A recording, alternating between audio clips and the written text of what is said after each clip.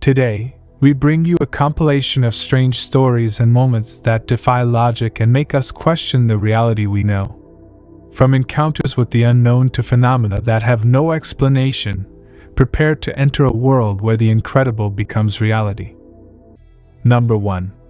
Deep in the most remote forests of North America hides a legendary creature, a being that has captured the imagination of generations. Bigfoot. The legend of Bigfoot has its roots in Native American cultures, where he is known by different names and descriptions. For some tribes, he is a protective figure, for others, a fearsome entity. These ancient stories tell of encounters with a tall being, covered in hair, who lives in the shadows of the forest and is rarely seen by humans. Over the years, there have been numerous Bigfoot sightings. One of the most famous occurred in 1967, when Roger Patterson and Bob Gimlin captured on video what many believe is the most convincing evidence of this creature's existence. The footage shows a furry being, walking upright, quickly moving away from the camera. This video has been analyzed, debunked, and defended countless times, but even today it remains a reference point in the Bigfoot debate. But what exactly is Bigfoot? Some believe it is a descendant of Gigantopithecus, a huge ape that lived millions of years ago. Others think it could be an undiscovered hominid species, a lost branch on the human evolutionary tree. These theories are based on the idea that the vast and largely unexplored territory of North America could be home to such a creature.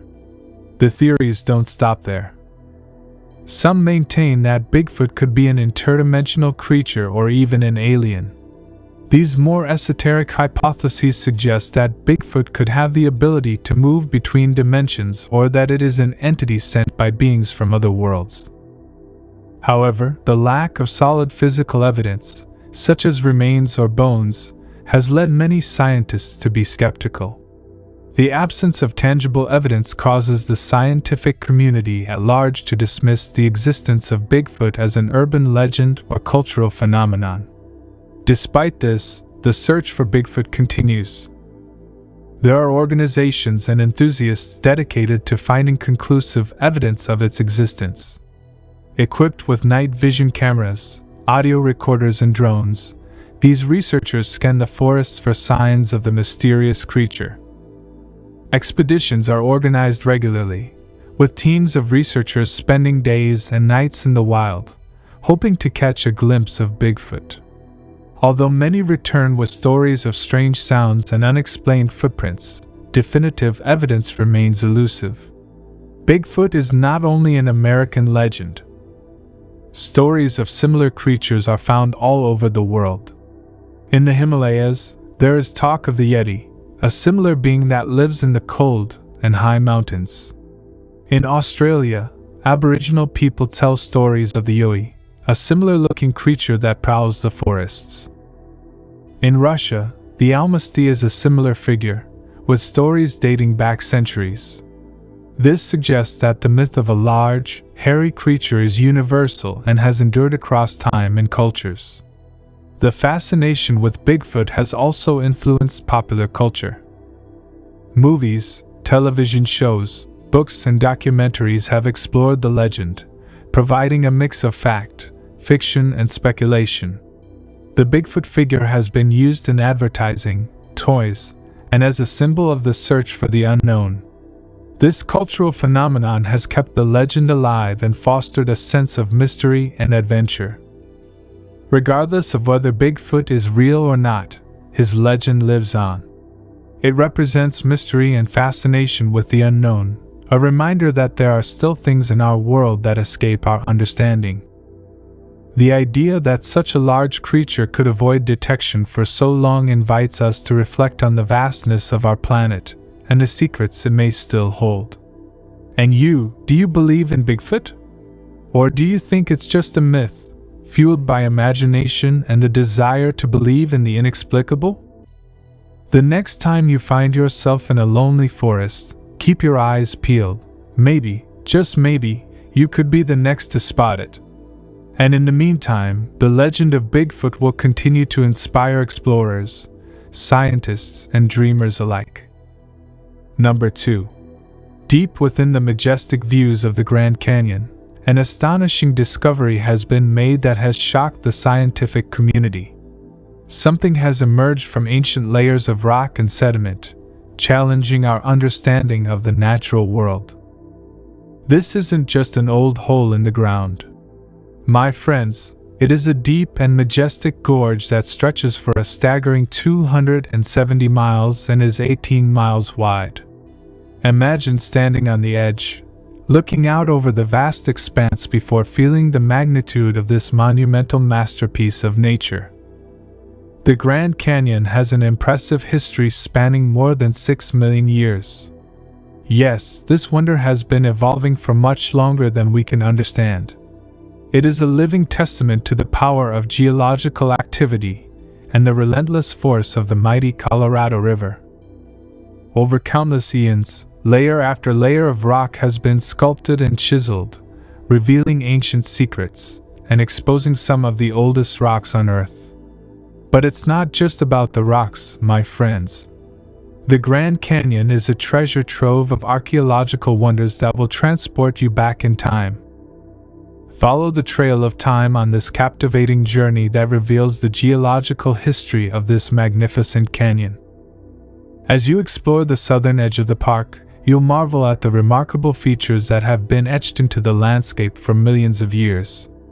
However, the Grand Canyon is not only a geological and archaeological wonder, it has also been home to humans for thousands of years. Can you imagine the stories that resonate through its ancient walls? Evidence of prehistoric humans dates back 12,000 years, with artifacts like stone spearheads and delicate figurines of split twigs revealing glimpses of their lives over the centuries the Grand Canyon has witnessed. This magical place has been a sanctuary for several Native American tribes, including the ancestral Paiute, Navajo, Zuni, and Hopi peoples. Its rich cultural heritage is intertwined with the very structure of this sacred place. One tribe in particular is deeply connected to the canyon. The Havasupai people have called it their ancestral home for more than 800 years and continue to thrive in its splendor today. The Grand Canyon welcomes visitors from all walks of life, inviting them to witness its majestic beauty. The cerulean pools and stunning red rocks attract more than 20,000 visitors each year, providing a glimpse into the vibrant culture and resilient spirit of the Havasupai people. This is where ancient stories meet modern adventures, where the magnificence of nature takes center stage. And speaking of ancient stories, it's time we start with Kincaid's discovery in 1909. It all began in 1909 when G. Kincaid, a daring resident of Lewiston, Idaho, embarked on an adventure down the Colorado River, armed with his trusty camera. The man set out to capture the stunning beauty of the canyons and river views that awaited him. Little did he know that his journey would lead to an astonishing archaeological find that would captivate the imagination of countless adventurers. As Kincaid delved deeper into the heart of the Grand Canyon, he stumbled upon a cavern so hidden and inaccessible that it seemed like a well-kept secret. Located 1,486 feet below the canyon wall, this cavern promised untold wonders. However, it was off-limits to visitors, protected by strict restrictions prohibiting unauthorized entry. The scientists studying the cavern wanted to preserve its archaeological treasures without interference from relic hunters or curious onlookers. Through sheer determination and against all odds, Kincaid managed to reach this hidden wonder. The sedimentary stains on the wall caught his attention, and as he approached the chisel marks on the cave walls, his curiosity intensified, urging him to enter. And what he found within those cavernous depths left him amazed. The cavern's central tube stretched an impressive 12 feet wide, narrowing to 9 feet as he delved deeper and branched out from the main passage. There were side corridors leading to chambers similar to modern living rooms, Imagine standing in a space that housed the ancients, with walls adorned with oval-shaped doors and circular air spaces for ventilation. The rooms were meticulously designed, with walls 3 feet 6 inches thick. Its roofs were in the center, but the real wonder lay within a passage, hundreds of feet from the entrance. There, sitting cross-legged, was an idol or deity of the town. The idol, similar to Buddha, clutched lotus flowers or lilies in each hand. Experts puzzled over the religious symbolism behind this sculpture, speculating that it could reflect the worship practices of ancient Tibetans. The idol was surrounded by smaller images, some exquisitely beautiful, while others possessed twisted shapes that possibly represented the eternal struggle between good and evil. To add to the enigmatic atmosphere, there were oversized cacti with protruding limbs flanking the god. All of these sculptures were painstakingly crafted from a hard marble-like rock, demonstrating the remarkable skills of the long-lost civilization. Delving deeper into the cavern, Kincaid discovered copper implements and a bench surrounding a workspace where ancient inhabitants knew the technique of hardening copper, a technique lost to time. Materials such as charcoal and slag indicated that these enigmatic beings were involved in smelting the mineral, but the exact location and methods they used remained a mystery. Kincaid speculated that the cave people were an advanced civilization, possibly the ancestors of the cliff dwellers found in the once vibrant and prosperous surrounding areas. Their culture had long since vanished from the face of the earth, leaving behind tantalizing fragments of their existence. We stumbled upon an amazing find while exploring this fascinating chamber adorned with ancient hieroglyphic symbols similar to those found in Egypt. The most intriguing discovery is found within the citadel. We are talking about mummified bodies of immense proportions. None of these mummies measure less than 9 feet and are wrapped in dark linen that hides their secrets. One can only wonder what secrets they keep. As we delve deeper into the mysteries of this underground city, we discover an astonishing amalgamation of cultures. The pottery and instruments show distant origins, creating exceptional archaeological diversity. The discovery challenges our understanding of the ancient world and its interconnectedness. There is a ceremonial crypt in the large room where the mummies were found, full of secrets to reveal. The atmosphere is dark and ominous, with speculation about deadly snakes or ancient chemicals. This area, called off-limits by Egyptians and Hindus, is restricted even to park staff and hikers, raising questions about its hidden contents. Some claim that armed soldiers guard the entrance, fueling theories of a hidden ruling class, while others suggest that the underground city has become a museum of a forgotten era. The discoveries of Svetlana Balabanova, who found something surprising in Egyptian mummies more than 3,000 years old, were criticized and faced hatred and threats. However, Dr. Balabanova stood by her accurate evidence. Dr. Rosalie David reaffirmed the controversy by confirming the presence of cocaine and tobacco in the mummies, shaking the archaeological world. The World Explorers Club decided to delve deeper and contacted the prestigious Smithsonian Institution. They wanted to know if the official record supported these mind-blowing discoveries. What they heard next left them baffled. A Smithsonian staff archaeologist denied any involvement in excavations involving Egyptian artifacts in North or South America. And to add more mystery, there is no trace of Kincaid and Jordan's supposed discoveries, once connected to the Smithsonian. It's like it vanishes into thin air. So where does this leave us? Why would a museum, especially one as renowned as the Smithsonian, suppress such groundbreaking information? The answers remain elusive, leaving us with more questions than we started with. Institutions fear the upheaval such revelations could cause. If they are trying to protect the stability and foundations of our society, if they fear that questioning our history could lead us to question everything we know, from science to education, the ramifications would be immense. Number 3. Yellowstone is one of the most visited places on the planet thanks to the impressive national park with its large number of attractions.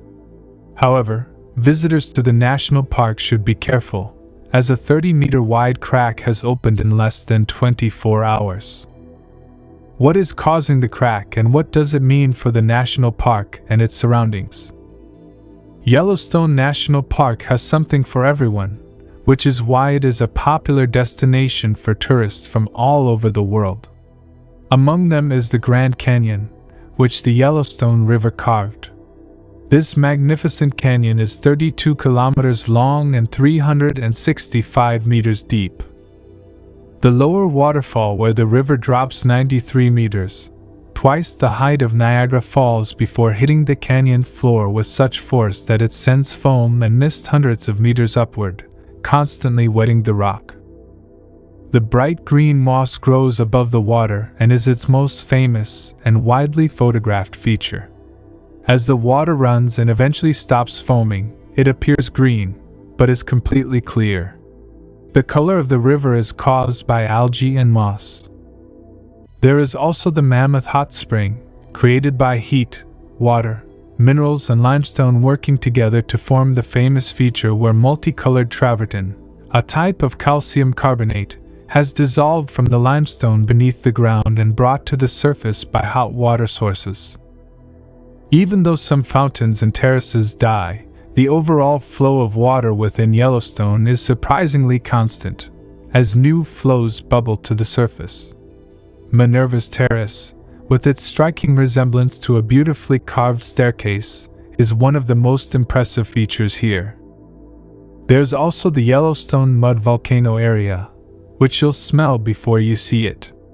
Ultra soda is caused by sulfur, which is also responsible for the hissing and bubbling of the sludge.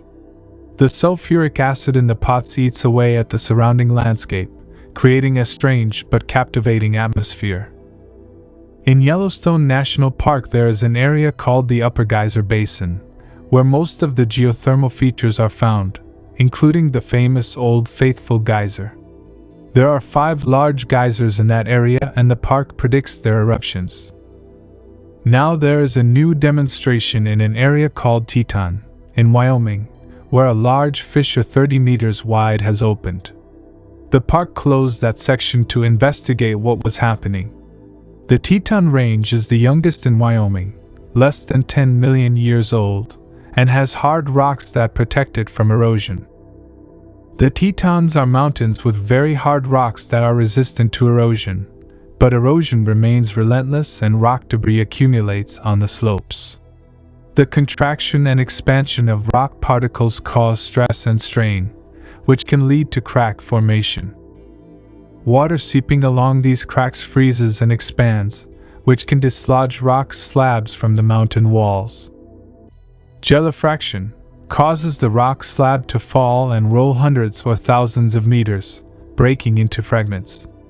Gravity moves rock debris, and if it is mixed with snow or water, it can flow slowly like a glacier. Snow avalanches also carry debris and leave visible scars on slopes, exposing new rock surfaces to water and frost attack. The Train Canyon is littered with broken trees, evidence of the power of snow, landslides and water to transport rock debris and help sculpt the Teton Range. Spring flooding in the Tetons moves rock debris to nearby areas. Geologists are closely monitoring expanding cracks in the rock buttress at Teton. Yellowstone is currently recharging, with new magma filling its chambers. Scientists have developed a new method for estimating the rate of magma accumulation beneath Yellowstone, which could help better understand the volcano's magma deposits. The caldera is being heated by coal, a critical factor for the eruption, according to Peter Larson, co-author of the study. Once the chambers are full, the land formation could erupt at any time, releasing up to 386 cubic kilometers of magma into the atmosphere. Rhyolite, an explosive volcanic rock rich in silica, is a key factor in the volcano's destructive capacity when the Earth's crust breaks during an eruption. Professor Larson and his colleagues studied the magma plume heating the rhyolite from below, allowing them to estimate how much magma is being recharged into the volcano each year.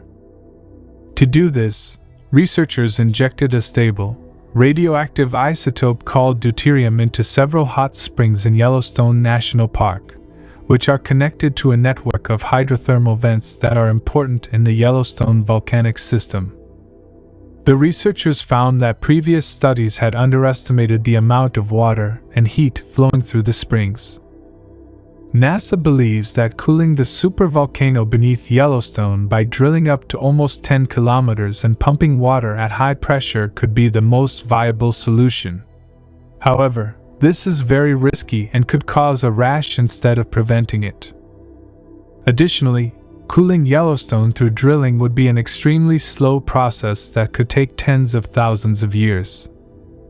If a Yellowstone eruption were to occur, it could cause damage to buildings, crops and power plants, as the 8 km deep deposit of hot magma lurks beneath the park. A magma chamber has erupted several times in history now. The vast majority of Yellowstone eruptions have been smaller lava flows, the most recent being around 70,000 years ago on the Pitchstone Plateau. But it's the remote possibility of a catastrophic supereruption that's drawing so much attention to Yellowstone. A supereruption is defined as anything with a magnitude of 8 or greater on the Volcanic Explosiveness Index, expelling at least 1,000 cubic kilometers of material. This is enough to bury Texas almost 2 meters underground.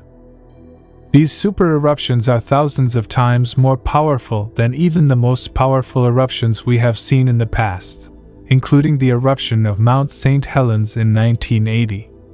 Yellowstone has experienced 3 of these truly massive eruptions 2.1 million years ago, 1.3 million years and 664,000 years. The last of these, at Lava Creek, expelled so much material from below that it created the Yellowstone Caldera, a 54 kilometers by 80 kilometers depression in the crust. It is worth noting that Yellowstone is not the only supervolcano on the planet. Geologists have discovered evidence of at least 47 supereruptions throughout Earth's history. The most recent occurred around 26,000 years ago in New Zealand, such as Taupo, and more dramatically, shifting tectonic plates caused the massive Toba eruption 74,000 years ago. This precipitated a dramatic 6 to 10 year global winter, which some believe nearly wiped out the fledgling human race. Although this is not an absolute rule, the Earth has experienced approximately one supereruption every 100,000 years on average. One of the most likely Yellowstone eruption scenarios is a smaller event with lava flows similar to what is currently happening in Barabunga, Iceland, and possibly a typical volcanic explosion. This would likely be caused by a series of earthquakes in a specific area of the park, as magma rises to the surface. In the unlikely event of a much larger supermassive eruption, the warning signs would be much more pronounced. Intense seismic activity will most likely be noticed first throughout the park, and before an eruption, those earthquakes could take weeks or months to break the rocks above the magma. But what if there was a supermassive eruption, an event 1,000 times more powerful than a regular volcanic eruption, expelling at least 1,000 cubic kilometers of material and lasting weeks or months? The lava flows would be contained within the park, within a relatively small radius, say 64 kilometers or so. In fact, only about a third of the material would reach the atmosphere, but most of the damage would come from volcanic ash, a mix of splintered rock and glass that would be ejected miles into the air and dispersed across the country. Scientists used historical ash deposits, as well as advanced modeling, to conclude that an eruption would produce an umbrella cloud that would spread in all directions. A supermassive eruption could bury the northern Rockies under nearly 1 meter of ash, wreaking havoc in Wyoming, Idaho, Colorado, Montana, and Utah.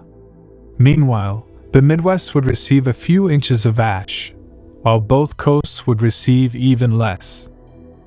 The precise distribution would be determined by season and weather patterns, but either of those scenarios would be disastrous. So much volcanic ash has the potential to kill people, plants, and animals, as well as crush buildings. Even a few inches of ash, which much of the country could receive, can destroy farms, clog roads, cause serious respiratory problems, block power lines, and even short out transformers. Much of North America's air travel would be forced to stop. Such a large volcanic eruption would also have a significant impact on the global climate. Volcanoes can spew sulfur aerosols into the atmosphere, which reflect sunlight and cool the climate. Because these particles have a short lifespan in the atmosphere, their effect is only temporary, but can be dramatic. When Mount Pinatubo erupted in 1991, it cooled the planet by about 1 degree Celsius or 1.8 degrees Fahrenheit for several years, and the Tambora eruption in 1815 affected the climate enough to damage crops around the world, potentially resulting in famines being seen in some areas. And those were minor eruptions compared to what a supervolcano is capable of. However, there could be some good news. Yellowstone has already lived a long and fruitful life. It is possible that the last eruption was the last after all, since volcanoes eventually become extinct. The magma chamber beneath Yellowstone is being influenced by two opposing forces: heat from below and relative cold from the surface. If less heat enters from below, the chamber could potentially freeze eventually, transforming into a solid body of granite. It is also important to note that the volcanic hotspot beneath Yellowstone is gradually moving northeastward, or more precisely, the North American tectonic plate above the hot spot is shifting southwestward. On a long enough time scale, the hot spot will move out from under Yellowstone and the supervolcano will presumably go extinct. How do you think a Yellowstone eruption will affect you?